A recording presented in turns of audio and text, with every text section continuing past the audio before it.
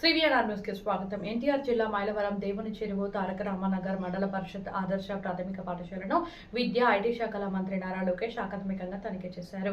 ఇటీవల మధ్యాహ్న భోజనం బాగాలేదంటూ పాఠశాల హెచ్ఎం డ్రామా ఆడించిన ఘటన నేపథ్యంలో మంత్రి ఆకస్మిక తనిఖీ చేపట్టారు. విద్యార్థులకు వడ్డిస్తున్న మధ్యాహ్న భోజనాన్ని తిని నాణ్యతను పరిశీలించారు.